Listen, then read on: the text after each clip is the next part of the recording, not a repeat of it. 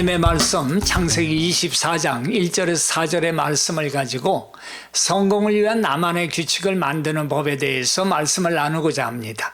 성경을 봉독해 드리겠습니다. 아브라함이 나이가 많아 늙었고 여호와께서 그에게 범사의 복을 주셨더라. 아브라함이 자기 집 모든 소유를 맡은 늙은 종에게 이르되 청하건대 내 허벅지 밑에 내 손을 넣어라. 내가 너에게 하늘의 하나님 땅의 하나님이신 여호와를 가리켜 맹세하게 하노니 너는 내가 거주하는 이 지방 가나안 족속의 딸 중에서 내 아들을 위하여 아내를 택하지 말고 내 고향 내 족속에게로 가서 내 아들 이삭을 위하여 아내를 택하라. 우리는 지금까지 살아오면서 습관 또는 버릇이라는 것을 한두 개는 가지고 있을 겁니다. 사전을 찾아보니까 습관은 일상적으로 반복되는 행위이며 그 땅의 문화에도 영향을 준다, 이렇게 나와 있어요. 문화에만 영향을 주는 게 아니라 한 개인의 인생에도 영향을 줄 정도로 그 습관은 아주 중요하다는 것입니다. 그래서 옛말에도 3살 버릇 8까지 간다 하는 말이 있듯이 그만큼 좋은 습관을 갖는 것의 중요성에 대해서 강조하고 있는 것 아니겠습니까? 어느 가정의 자녀들이 이런 말을 합니다. 늘 소리만 지르던 아버지가 아무리 좋은 이벤트를 잡고 만들어 봐도 어쩌다 그러는 거 소용이 없다는 거예요. 아무리 그래봐야 가족들은 그 일회성 이벤트에 꿈쩍도 하지 않는다는 겁니다. 직장에서도 마찬가지라는 거예요. 어느 날 갑자기 술 마시고는 직원들한테 내가 자네들을 좋아한다 이래 말해봐야 소용이 없다는 거예요. 늘 따뜻한 말 한마디가 더 좋다는 거죠. 그러고는 사랑도 습관이고 행복도 습관이라고 말을 합니다. 그런데 요즘은 습관이라는 단어와 더불어 루틴이라는 단어를 많이 사용을 합니다. 루틴이라는 건 자기만의 규칙을 만들고 매일 습관처럼 행동하는 걸 말씀하는데, 예를 들어 이런 거예요. 운동을 하는데 격일로 하루는 어깨와 상체 운동하고 다음 날은 하체와 다리 운동하고 일주일에 2번 쉬는 것, 뭐 그런 거예요. 자기 발전과 건강을 위해서 매일 습관적으로 행동을 하지만 이걸 지속하기 위해서는 의지가 필요하다는 거예요. 그래서 습관은 의식하지 않아도 자연스럽게 행동이 되지만 루틴은 노력을 해야 된다는 거예요. 그래서 습관에 루틴을 연결해서 유지하게 한다는 거예요. 이런 거예요. 아침에 일어나서 물을 마시는 습관 뒤에 연결을 해서 스트레칭을 하고 책상에 앉아서 성경을 읽는다. 이렇게 연결이 되어서 루틴이 나중에 습관처럼 되게 하는 거예요. 이런 게 왜 중요할까요? 좋은 습관은 평생을 가고 인생을 바꾸고 자신의 생활 문화를 바꿀 수 있기 때문이라는 거예요. 바울은 디모데에게 바로 루틴에 대해서 말씀을 하고 있습니다. 디모데전서 4장 7절 이하의 말씀인데, 망령되고 허탄한 신화를 버리고 경건에 이르도록 내 자신을 연단하라. 육체의 연단은 약간의 유익이 있으나 경건은 범사에 유익하니 금생과 내생에 약속이 있느니라 말씀하죠. 여기서 오직 경건에 이르도록 내 자신을 연단하라 이렇게 말씀하잖아요. 먼저 경건이라는 것은 하나님께 예배할 수 있는 순결한 마음을 말씀을 합니다. 즉 예배 드릴 수 있는 마음을 연단하라는 거예요. 연단하라는 헬라어로 퀼나조라고 하는데, 이 말은 벌거벗은을 의미하는 퀼노스라는 거에서 나온 말이에요. 벌거벗고 운동하다라는 그런 뜻을 가졌어요. 그러니까 그 당시 그리스 경기장에서는 달리기, 격투기 이런 운동 경기가 있었는데 경기에 임하거나 연습할 때는 옷을 벗고 경기에 임했다는 거예요.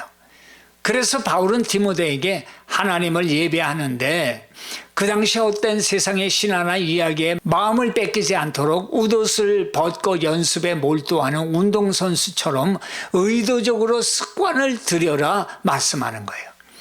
세상에 그냥 되어지는 것은 아무것도 없어요. 직장도 학업도 운동도 예배도 기도도 그냥 저절로 되지 않고 의도적으로 습관을 만들어야 한다는 거예요. 복음서의 말씀을 보게 되면 예수님도 보면 가만히 앉아서 가르치기만 하신 것이 아니었잖아요. 동작, 동사를 사용하셨어요. 가시고 행동하시고 순종하시고 가르치시고 그냥 앉아 계신 것이 아니라는 거예요. 그래서 그리스도 안에서 사는 삶이라는 것은 행동함이 필요하고 믿음이 필요하고 때로는 위험을 감수해야 되고 예수님이 인도하는 곳이라면 어디든지 따라가는 움직임이 필요하다는 거예요. 그것은 우리가 어려운 시기를 지날 때도 같다는 말씀이에요. 그래서 어려운 시기를 지날 때 좋은 습관에다 루틴을 연결해서 나갈 때 부가가치가 나라는 존재에 대한 부가가치를 창조하게 된다는 거예요. 그러면 어려운 때를 지내면 우리가 가져야 할 습관 어떤 게 있을까요? 첫째는 기도의 목록에 목표를 기록하고 매일 기도하라는 거예요. 우리는 막연히 생각하고 지우고 또 생각하고 지우고 하면서 우리 속에는 내가 지금 그 일을 하고 있다는 착각에 빠질 수가 있어요. 그런데 막연한 생각과 계획을 입술에서 손끝으로 옮겨 적을 때 구체적인 목표가 된다는 거예요. 목표도 없는데 목적지도 없는데 어디로 가겠어요? 목표가 구체적이기 전에는 행동으로 옮겨지지 않기 때문이라는 거예요. 야고보서 1장 23, 4절을 보면 이런 말씀이 있어요. 누구든지 말씀을 듣고 행하지 아니하면 그는 거울로 자기의 생긴 얼굴을 보는 사람과 같다. 제 자신을 보고 가서 그 모습이 어떠했는지를 곧 잊어버린다. 이렇게 말씀해요. 이렇게 자기 얼굴도 뒤돌아서면 잊어버리는데 앞으로의 일을 계획하고 그것이 습관화되고 행동을 하려면 우선은 기록을 하라는 거예요. 기록한다는 것은 대단한 것이 아니잖아요. 그러나 그것은 구체화한다는 거예요. 이게 결과를 다르게 만든다는 거예요. 우리 세상에 예화 하나 들어볼게요. 여러분 리틀 시저라는 피자 체인을 들어보셨을 거예요.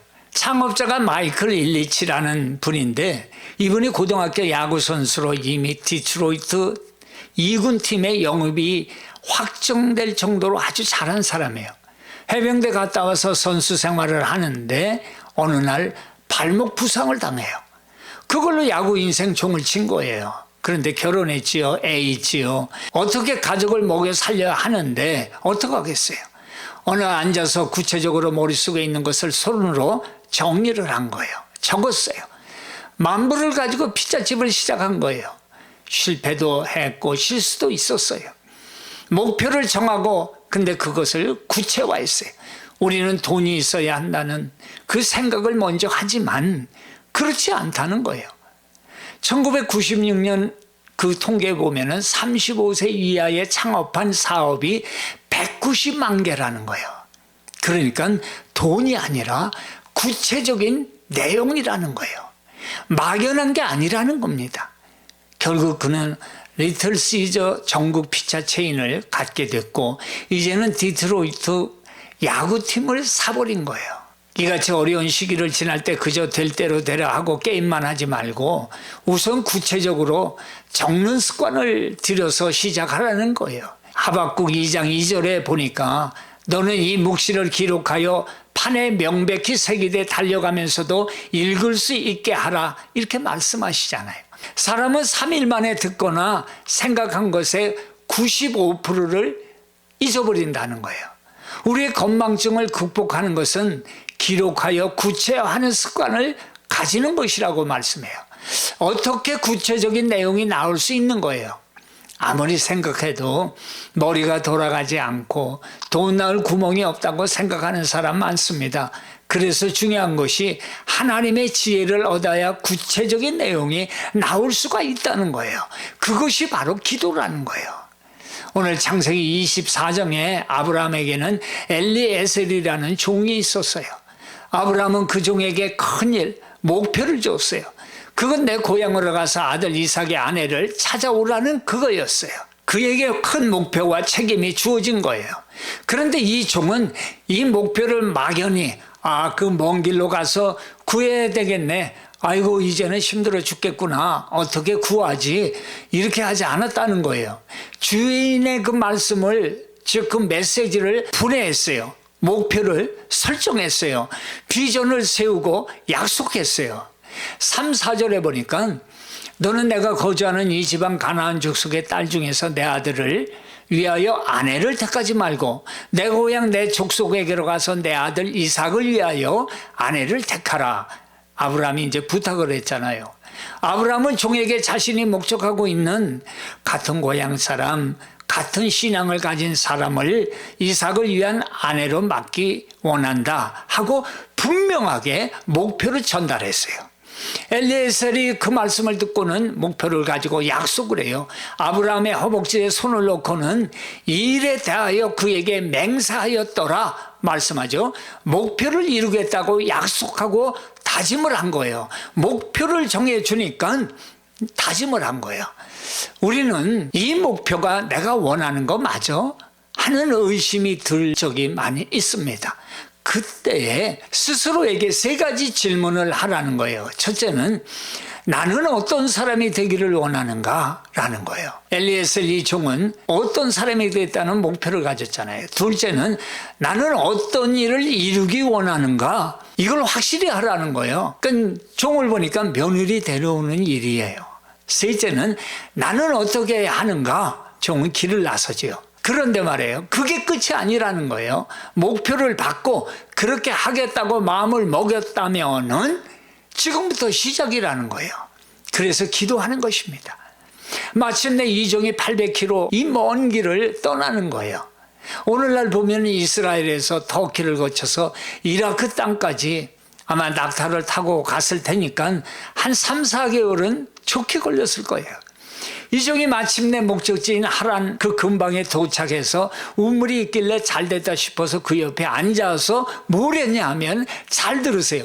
기도를 한 거예요. 아브라함의 하나님 여호와여 원하건대 오늘 나에게 순조롭게 며느리감을 만나게 하사 내 주인 아브라함에게 은혜를 베푸소서 하고 기도하죠.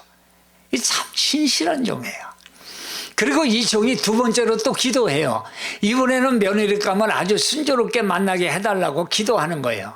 14절에 보니까 이제 여기 우물가로 처녀들이 올 것인데 내가 한 소녀에게 이르기를 청한데 너는 물동이를 기울여 나로 마시게 하라 하리니 그녀의 대답이 마시라.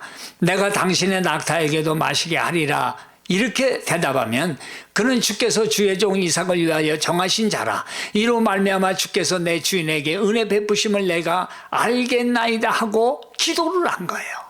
쉽게 말하면 한 소녀가 물을 길러오면 내가 물을 좀 달라 할 테니 나만 말고 당신의 낙타에게도 물을 주겠다 하는 소녀가 있으면 그가 하나님이 짝지은 여자로 알겠습니다. 그 말이에요.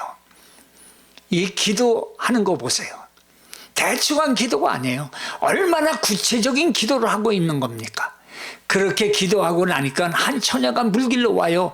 그래서 물 좀 달라 했더니 아니 기도한 그대로 그 처녀가 선뜻 물을 주면서 당신의 낙타에게도 주겠습니다 하고 물을 길러서 낙타에게 먹여준 거예요. 목표를 세우고 구체적인 기도를 드린 대로 이루어진 거예요. 기도로 목표를 구체화한 거예요. 우리 예수님은 우리에게 목표를 분명히 알려주셨어요. 마태복음 20장 인자가 온 것은 섬김을 받으려 함이 아니라 도리어 섬기려 하고 자기의 목숨을 많은 사람의 대속물로 주려 함이라 말씀하지요. 십자가로 섬기시고 그걸 위해 땀이 피가 되도록 기도를 하신 거예요. 우리의 목적과 목표를 이루는 이유인 것입니다. 바로 섬김이 목표인 것입니다. 그 섬김은 예수님이 우리의 죄를 대속해 주신 것을 전하는 것이 먼저인 것입니다. 둘째, 장애물을 두려워 말고 예측하고 제거하는 이런 습관을 가져라. 5절에 보니까 종이 이르되 여자가 나를 따라 이 땅으로 오려 하지 아니하거든 내가 주인의 아들을 주인이 나오신 땅으로 인도하여 돌아가리이까 아브라함이 그에게 이르되 내 아들을 그리로 데리고 돌아가지 아니하도록 해라. 이 5절 말씀에 아브라함의 종이 어떻게 반응했는지를 보세요. 이건 아주 전형적인 반응이에요. 엘리에셀은 거부당하는 일에서 생각을 하는 거예요. 만약 여자가 따라오지 않으면, 만약 여자가 싫다고 하면, 동의하지 않으면 어떻게 할까요? 여기서 부정적인 사고라는 것하고는 다른 거예요. 잘 보세요. 부정적인 사고는 만약 내가 그 신부될 여자를 못 만나면 어떡할까? 이게 부정적인 거예요. 지금 이 종은 신부될 여자는 만난다. 그리고 어떻게 만날 것이다 라는 구체적인 기도까지 한 거예요. 그리고 둘은 결혼한다라는 전제의 믿음을 가진 거예요. 그 다음 일을 가정을 해서 만약 여자가 따라오지 않는다면은 이삭을 그리로 데려갈까요? 하고 묻는 거예요. 장애물을 어떻게 넘을 것인가를 묻고 있다는 거예요. 아주 충실한 종이에요. 주인의 믿음을 닮은 사람이에요. 이게 어려운 시기를 지날 때 우리가 가져야 할 믿음의 습관이라는 거예요. 우리도 그렇지 않아요? 사업을 하든 무슨 일을 계획하고 목표를 정하고 나갈 때 흥분이 되고 가슴이 뛰지요. 그런데 이와 동시에 잘못되면 어떡하지? 하는 그 두려움과 염려를 가슴에 품고 시작을 한다는 거예요. 그러면서 무엇을 하게 됩니까? 하고자 하는 그 일에 대해서 깊이 생각하고 기도합니다. 그리고 내가 왜 이것을 하고자 하는가 하는 그 질문에 확실한 답을 얻기 위해서 하나님께 계속적으로 기도하지 않습니까? 그리고 믿음으로 행하고 장애물을 건너기 위해 가정을 세워놓고 더 구체적으로 기도를 하는 습관을 가지라는 거예요. 히브리서 11장 1절 유명한 말씀이 있잖아요. 믿음은 바라는 것들의 실상이요 보이지 않는 것들의 증거다. 이렇게 말씀하죠. 믿음은 확신, 신뢰심 이런 뜻인데 그러한 믿음은 막연한 믿음이 아니라 이미 보증된 기도, 이미 보증된 기대라는 겁니다. 여기서 보증된 기대라고 그 번역된 그리스어 헬라어는 히포스타시스라고 부르는데 이 단어의 의미는 밑에 놓는 것, 기초라는 그런 뜻이에요. 그러니까 믿음이 먼저요. 믿음이 일을 이루는 기초요. 장애물을 건너뛰는 기초가 된다는 겁니다. 내가 계획을 세우고 목표를 정해도 그것을 이루시는 분은 하나님이시라는 믿음이 없이는 밑에 놓는 기초가 없이는 세워질 수가 없다는 거예요. 답을 얻을 수가 없다는 것입니다. 히브리서 11장 6절 말씀하시잖아요. 믿음이 없이는 하나님을 기쁘시게 하지 못하나니 하나님께 나아가는 자는 반드시 그가 계신 것과 또한 그가 자기를 찾는 자들에게 상 주시는 이심을 믿어야 할지니라. 믿음이 없이는 시작이 되지를 않는다는 것을 기억하시기 바랍니다. 그 믿음은 바로 말씀을 기초로 한 기도로부터 말미암는다고 말씀하시는 것입니다. 할렐루야. 인생에 있어서 믿음으로 결단해야 하는 것과 문제를 해결해야 하는 것을 놓고 믿음의 기초부터 흔들리지 말고 혼돈하지 말라는 거예요. 믿음을 가지라는 거예요. 그리고 장애물에 대해서 제거하기 위해서 가정을 세워놓고 지속적으로 기도하며 장애물을 없애는 습관을, 기도하는 습관을 가지라는 것입니다. 60년대 존 F 케네디 대통령, 별로 우리 기독교 역사적으로 좋은 그런 대통령은 아니지만 그도 이렇게 대국민 연설을 시작했어요. 우리는 달나라에 가게 될 것입니다. 그가 이렇게 말하는 순간에도 달나라에 갈 수 있는 모든 기술적인 문제들이 다 해결된 건 아니었어요. 선포는 했음에도 불구하고 많은 장애적인 요소들이 남아 있었어요. 그리고 나중에 모든 기술적인 문제들이 해결된 거예요. 자, 결단을 하기 위해서 모든 문제들이 해결될 때까지 기다렸다면 결코 어떠한 결정도 하지 못했을 것입니다. 무조건 문제 해결이 된 후에 움직이겠다고 한다면 그 문제는 여전히 그 자리에 버티고 있을 뿐이라는 거예요. 믿음의 선포는 장애물을 두려워해서 믿음 선포를 지연시키지 않는다는 것입니다. 하나님이 주신 꿈이 있다면 그것을 성취하기 위해서 결단하시라는 거예요. 그리고 문제 해결하라는 거예요. 문제 해결 먼저 생각하고 결단하지 못하는 일이 없도록 하라는 거예요. 갈렙과 여호수아가 외쳤잖아요. 하나님이 우리와 함께하면 그들은 우리의 밥이라. 바울이 외쳤잖아요. 할 수 있거든이 무슨 말이냐. 믿는 자들에게 능치 못한 일이 없느니라. 다윗이 외칩니다. 여호와를 기뻐하라. 저가 내 마음의 소원을 이루어 주시리라. 우리 예수님은 아직 죄라는 근본적인 문제를 해결해야 할 십자가를 지시기 전에도 땅에 천국을 선포하셨어요. 그리고 죄라는 장애물을 십자가로 해결해 주신 거예요. 믿음이 먼저입니다. 어려운 시기에 가져야 할 습관 세 번째는 하나님의 말씀에서 약속을 발견하라는 거예요. 믿는 사람들이 어려운 시기를 지날 때 가져야 할 습관은 항상 말씀에서 하나님의 약속을 발견해내는 것이라는 거예요. 본문 7절 보세요. 하늘의 하나님 여호와께서 나를 내 아버지의 집과 내 본토에서 떠나게 하시고 내게 말씀하시며 내게 맹세하여 이루시기를 이 땅을 내 씨에게 주리라 하셨으니 그가 그 사자를 내 앞에 보내실 것이라. 내가 거기서 내 아들을 위하여 아내를 택할지니라. 뭐예요? 아브라함은 하나님의 말씀을 확신했어요. 그리고 그 목적을 이루기 위해서 종에게 그 확실의 말씀을 줬고 그 종은 주인의 그 확실의 말씀을 붙들었어요. 그 목적을 이루어 주신다는 하나님의 약속의 말씀을 믿은 거예요. 이렇게 하나님의 약속의 말씀을 가지고 믿음으로 선포된 말씀은 다른 이들에게도 믿음의 영향력을 끼치고 있다는 사실이에요. 그래서 아브라함이 담대히 말하지 않습니까? 하나님이 그 사자를 내 앞에 보낼지니라. 무엇을 근거로 합니까? 바로 하나님이 약속해 주신 말씀을 근거로 종에게 담대히 선포한 거예요. 하나님은 약속하신 것을 반드시 이루어 주시는 하나님이라고 말씀해 줍니다. 그래서 중요한 것이 말씀을 약속하고 이루어 주시는 분이 하나님이라는 것에 초점을 맞춰야 한다는 거예요. 기도에 초점, 말씀에 초점, 모든 초점이 하나님이라는 거예요. 왜 설교는 많이 듣는데 힘없는 그리스도인, 응답 없는 그리스도인들이 되는 걸까요? 설교의 중심도 말씀이어야 합니다. 그런데 거기서 끝난다면 그건 성경 공부예요. 지식의 전달입니다. 예수님을 보세요. 이 땅에 오셔서 하나님 아버지를 소개하셨고 천국을 전파하셨어요. 기적도 병고침도 다 아버지를 증거하기 위한 것이었다는 거예요. 설교도 마찬가지 아니에요? 이렇게 해라 저렇게 살아라. 근데 그게 아니라는 거예요. 그런 건 세상 강사들 강의 들어보세요. 얼마나 잘하는지 몰라요. 이 말씀 잘 들으셔야 돼요. 강단은 예수 그리스도를 소개해야 한다는 거예요. 말씀의 결말도 말씀 속에서도 예수 그리스도를 소개해야 하는 것입니다. 그래야 듣는 이들이 예수님을 붙들고 일어나고 말씀대로 행할 수가 있는 것입니다. 그냥 자기 의지로 그렇게 해야 합니다. 그렇게 끝내서는 아무것도 할 수 있는 것이 없다는 거예요. 예수님을 증거하시기 바랍니다. 그래야 길 건너 이웃을 도울 수 있는 능력도 생기고 전도와 설교를 삶에서 실천하는 능력이 생기는 거예요. 전도하세요, 선교하세요, 알아요, 들었어요, 수백 번이요. 왜 힘이 없어요? 그 안에 예수 그리스도에 관한 그 말씀이 없기 때문에요.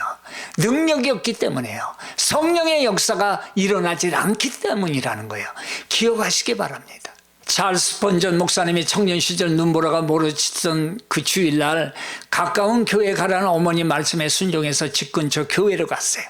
눈보라가 심해서 교인들이 별로 나오질 않았더군요. 담임 목사님이 못 나오셨어요.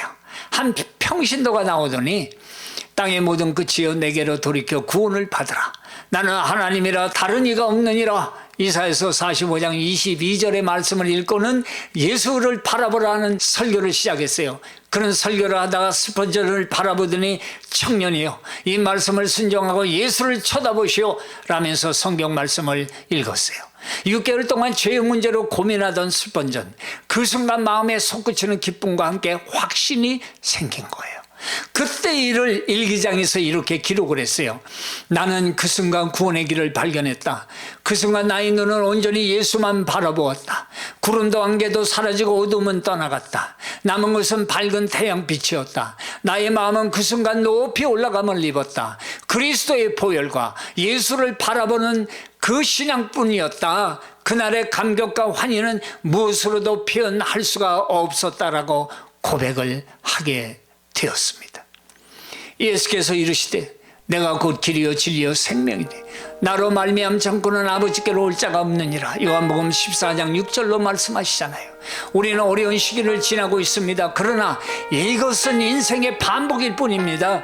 우리는 어떤 환경에서도 항상 예수님을 바라보는 습관, 루틴을 가져야 합니다. 그것이 능력이기 때문입니다. 기도의 주인공, 말씀의 주인공, 전도의 주인공, 선교의 주인공이 바로 예수 그리스도이시기 때문인 것입니다. 항상 꼭 붙드시고 동행하시기를 축원합니다. 아멘.